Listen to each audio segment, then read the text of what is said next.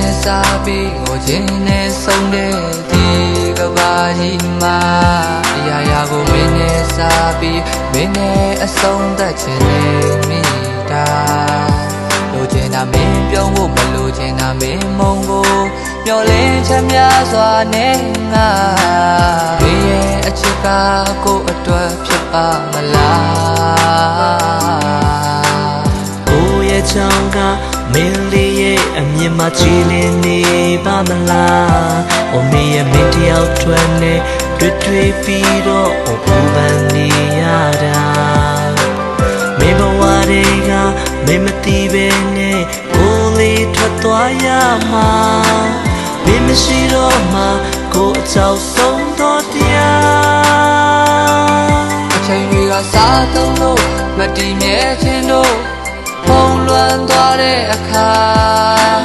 ကိုယ့်ရဲ့ချစ်တို့ထင်ကြံနေပါမလားမင်းရဲ့ရင်ထဲမှာ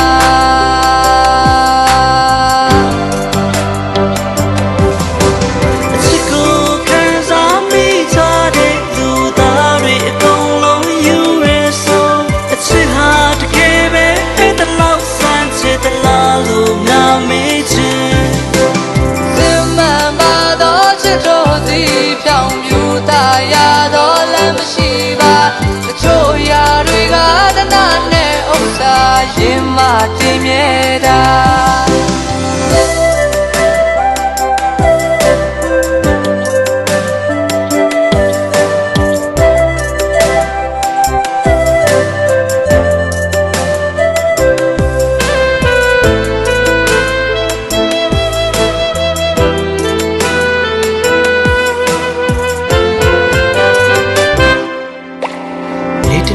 စားလို့မျက်လုံးနှလုံးဖွင့်ချိန်ဆိုသူလေးကိုနှပေးအနာ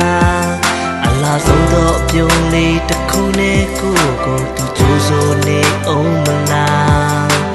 ရှိခဲ့သမျှအမတ်တရားအလုံးစုံကိုတေးချစွာသိမ့်ထားနှလုံးသားတစ်ခုရဲ့တနေရာရာလေးမှာဟောကြားတဲ့တရားမျက်နှိပ်ပံကိုမလိုချင်တော့ပါ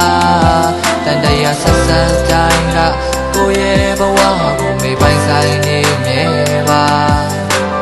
မိကောင်းမှုအတွက်ပေးဆက်ရပါတယ်ကိုတကယ်ဝင်မလေးပါမာနာအတ္တတွေအကုန်ခွာချပြီးသားချပါပြီနဲ့လာချွေနေတာနေ